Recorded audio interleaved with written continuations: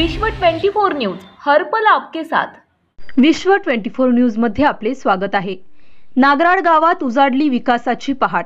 Doctor Babasaheb Ambedkar Marathwada विद्यापीठ व आदर्श महाविद्यालय उमरगा यांच्या संयुक्त विद्यमाने व श्रमजीवी शिक्षण प्रसारक मंडळाचे अध्यक्ष विनायकराव पाटील, सरचिटणीस माजी राज्यमंत्री बसवराज पाटील यांच्या प्रेरणेने तालुक्यातील नागराळ गुंजोटी या गावात राष्ट्रीय सेवा योजनेच्या शिबिरास प्रारंभ झाला आहे। शिबिर कालावधी दरम्यान नागराळ गावातील अंतर्गत रस्त्यांची साफसफाई, नाली व गटारींची साफसफाई, वृक्ष लागवड, रक्तदान शिबिर, अंधश्रद्धा निर्मूलन, आरोग्य शिबिर, महिला सक्षमीकरण इत्यादी कामे राष्ट्रीय सेवा योजनेचे विद्यार्थी श्रमदानातून करीत आहेत। ग्राम स्वच्छतेच्या कामात ग्रामस्थांनी आपला सहभाग नोंदविला आहे। शिबिर कालावधी दरम्यान नागराळ गावात ग्रामविकासाची विविध विकास कामे मार्गी लावण्यात येत आहेत। या गावात श्रमदानातून गावाचा विकास करण्याची स्पर्धा सुरू झाल्याने कर्नाटक राज्याच्या सीमेवर वसलेल्या नागराळ गावात विकासाची पहाट उजाडल्याचे दिसून येत आहे। या गावात श्रमदानातून गावाचा विकास करण्याच्या स्पर्धा सुरू झाल्याने कर्नाटक राज्याच्या सीमेवर वसलेल्या नागराळ गावात विकासाची पहाट उजाडल्याचे दिसून येत आहे। सरपंच रेखाताई पाटील, उपसरपंच गोविंद पाटील, गुलाब गावकरे, राम निकम, मोहन पाटील, मदन गावकरे, प्राध्यापक मोतीराम पाटील, गौरमा पुजारी आदींसह ग्रामस्थ गावाच्या सर्वांगीण विकासासाठी एकत्रित आले आहेत। प्राचार्य डॉक्टर दिलीप गरुड, उपप्राचार्य डॉक्टर सुरेश कुलकर्णी यांच्या मार्गदर्शनाखाली राष्ट्रीय सेवा योजनेचे कार्यक्रमाधिकारी प्राध्यापक डॉक्टर भास्कर शिंदे, प्राध्यापक डॉक्टर भीमाशंकर खरोसे, प्राध्यापक परमेश्वर कांबळे, प्राध्यापक रमेश मुगावे, संतोष होगाडे, प्राध्यापक अलका शिंदे, सैफन शेख आदी सह शिबिराच्या यशस्वीतेकरिता विशेष परिश्रम घेत आहेत। एकूणच या गावात राष्ट्रीय सेवा योजनेच्या सामाजिक विकासाची चळवळ गतिमान झाल्याने गावात सर्वत्र गाव विकासाची पहाट उजाडल्याचे बोलले जात आहे। विश्व 24 न्यूज करिता मारुती कदम, उमरगा, धाराशिव। विश्व 24 न्यूज चॅनलला लाईक करा, शेअर करा, कमेंट करा आणि चॅनलला सबस्क्राइब करायला विसरू नका। आदर्श महाविद्यालय उमरगा, माझं नाव देशपांडे वेदांत धोंडोपन।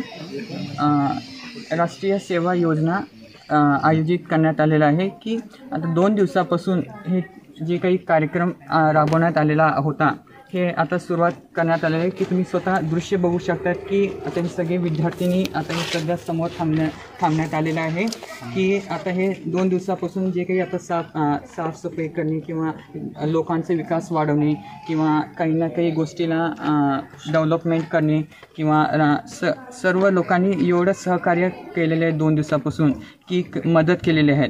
हे राष्ट्रीय सेवा योजनेत आयोजित करण्यात आले की डॉक्टर बाबासाहेब आंबेडकर मराठवाडा विद्यापीठ औरंगाबाद हे आयोजित करण्यात आलेला होता आहे।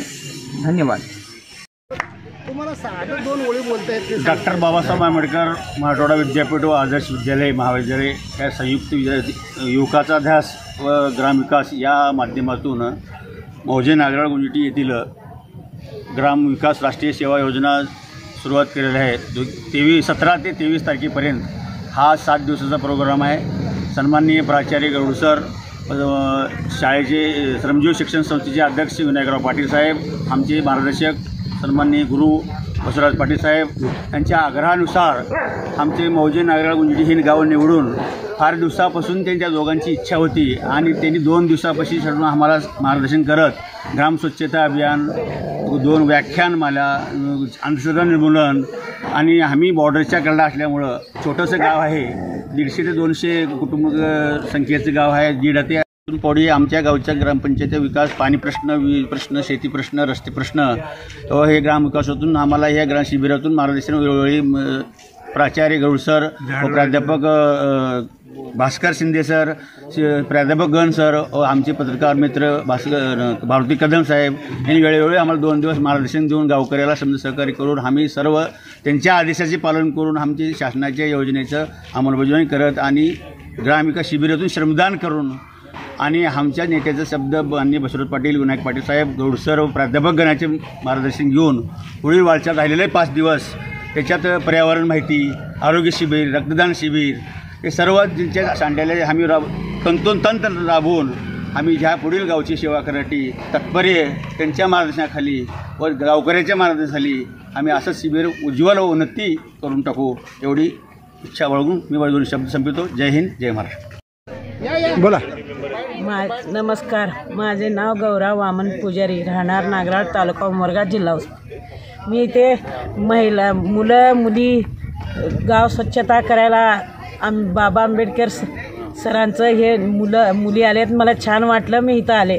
मला रोजचंच ह्यांचं कार्यक्रम ऐकावं, कार्यक्रमाला आवर्जून यावं, एवढं बोलते. एवढं मुलांनी काय काय केले अशा 2 दिवसामध्ये? नाही, 2 दिवस शाळा स्वच्छ केले झालं, गावातलं सगळं रोडा हे स्वच्छ केल्यात, माहिती सांगतात. रात्री हे होतं नाही, अंधश्रद्धा होतं, माहिती जाऊन बसलो, ऐकलो, छान वाटलं. त्या भाषणामध्ये तुम्हाला काय काय वाटलं, की काय आवडलं तुम्हाला? की नाही, सांगितले सर, हे म्हणजे आमचं ते श्रद्धा नको, तसलं अंधश्रद्धा ठेवू नका म्हणून सांगितले, एवढं ऐकलं. अंधश्रद्धा म्हणजे नेमकं काय? नाही, भूत बाधा आहे म्हणून त्यांच्याकडे जाता, ते सगळं हां तसलं भानामती ते आहे, त्यांच्याकडे जाऊन जाता, त्यांचं तसलं करू नका, तुम्ही विज्ञानावर हे श्रद्धा ठेवा, विज्ञानाकडे लक्ष द्या, असं म्हणून सांगितलं. या गावामध्ये स्वच्छता अभियान संत गाडगेबाबा महाराज यांच्या स्मरणार्थ या गावामध्ये स्वच्छता अभियान आम्ही राबवत आहोत. यासोबतच या गावामध्ये अंधश्रद्धा निर्मूलन असेल, एड्स जनजागरण असेल, मतदार जागृती असेल, वृक्षारोपण असेल, वृक्ष संवर्धन असेल, शेती आणि शेतीविषयक समस्या असतील, किंवा पशुचिकित्सालय असेल, किंवा आरोग्य शिबिरांचे प्रश्न असतील, हे सर्व प्रश्न आम्ही या कार्यक्रमाच्या माध्यमातून 8 दिवसामध्ये आम्ही या ठिकाणी घेत आहोत. विशेष म्हणजे हे गाव अतिशय उत्कृष्ट आणि सुसंस्कृत गाव आहे, आणि या गावामध्ये बौद्धिक प्रबोधन याबरोबरच स्वच्छता ही खूप मोठी काळाची गरज आहे. संबंध देश आज स्वच्छतेकडून समृद्धीकडे जात आहे, आणि समृद्धीमुळे माणसांच्या जीवनामध्ये वैभव संपन्नता निर्माण होते. हाही या राष्ट्रीय सेवा योजनेचा उद्देश आहे. आणि ही राष्ट्रीय सेवा योजना गेली म्हणजे 69 पासून जी स्थापना झालेली आहे या सेवा योजना कार्यालयाची, तर ती सातत्यानं राबवण्याचा प्रयत्न भारत सरकार, महाराष्ट्र सरकार, भारत सरकारचं खेल मंत्रालय, भारत सरकार यांच्या वतीनं हे उपक्रम घेतले जातात. आणि हे अतिशय उत्कृष्ट असा उपक्रम महाविद्यालयानं मौजे नागराळ या ठिकाणी आम्ही घेत आहोत.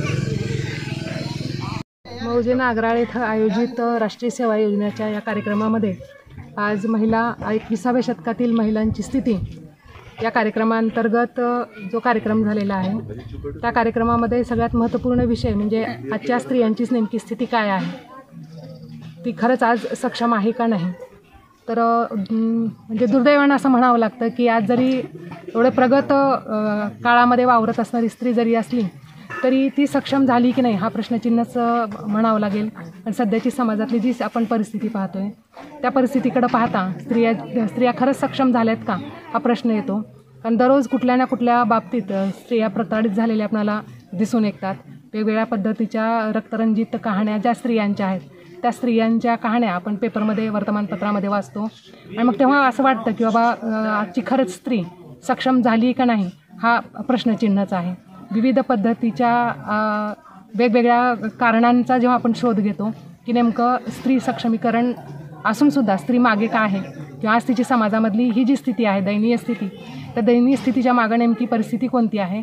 तर आजही बुरसटलेल्या ज्या कोणत्या पुरुषी मानसिकतेच्या ज्या कोणत्या असणाऱ्या नियमाच्या पठडीमध्ये तिला बसवण्याचा प्रयत्न करणारी जी मानसिकता आहे ती मानसिकता आजही कायम आहे असं मला वाटतं.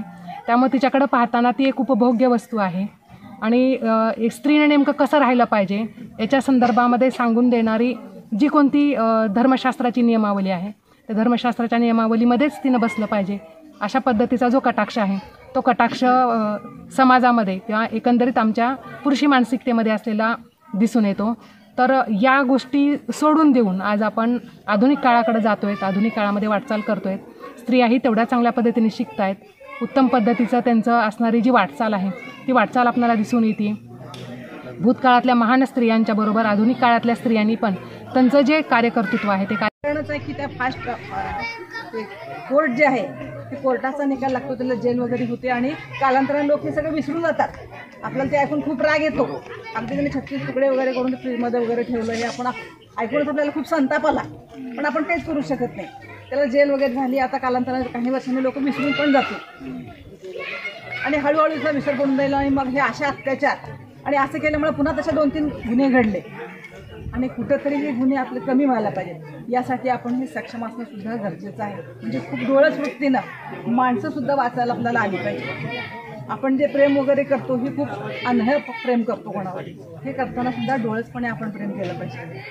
तसेच आता आपण सगळे सक्षम झालं असं म्हणतोय, पण अजूनही व्हॉट्सअपवर मेसेज येतात बघा, कधी कधी वाचला असेल, हा मेसेज 10 जणाला पाठवा, मुद्दाला होईल किंवा चांगली बातमी कळेल. हे असं अजिबात नाही.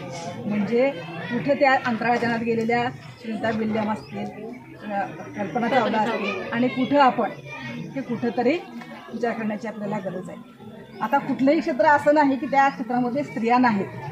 सगळ्या क्षेत्रामध्ये स्त्रिया आहेत. अगदी रिक्षा चालवण्यापासून ते पायलटपर्यंत म्हणजे कुठलंही क्षेत्र हे स्त्रियांसाठी आपले म्हणजे नाही असं. सगळ्या क्षेत्रामध्ये स्त्रिया आहेतच. म्हणजे स्त्रिया डॉक्टर झाल्या, इंजिनियर झाल्या, पायलट झाल्या, त्यानंतर राष्ट्रपती झाल्या, पंतप्रधान झाल्या.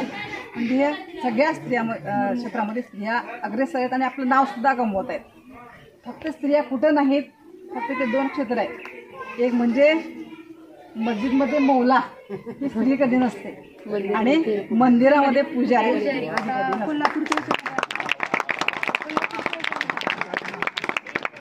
पण बाकी सर्व क्षेत्र स्त्रियांनी काबीज केलेली आहे.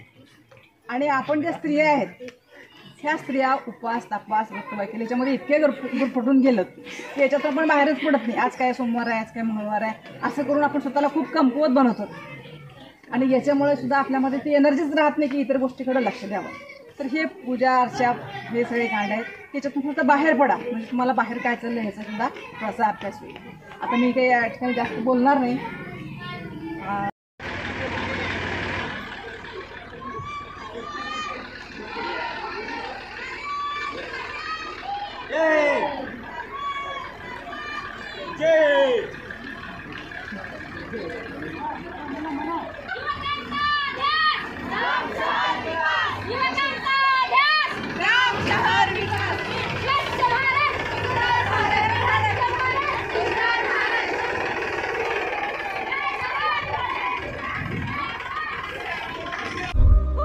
राज्यातील महत्त्वाच्या आणि आपल्या भागातील ताज्या बातम्या पाहण्यासाठी आजच आमच्या विश्व 24 न्यूज चॅनलला यूट्यूबवर सबस्क्राईब करा आणि बेल आयकॉन प्रेस करा.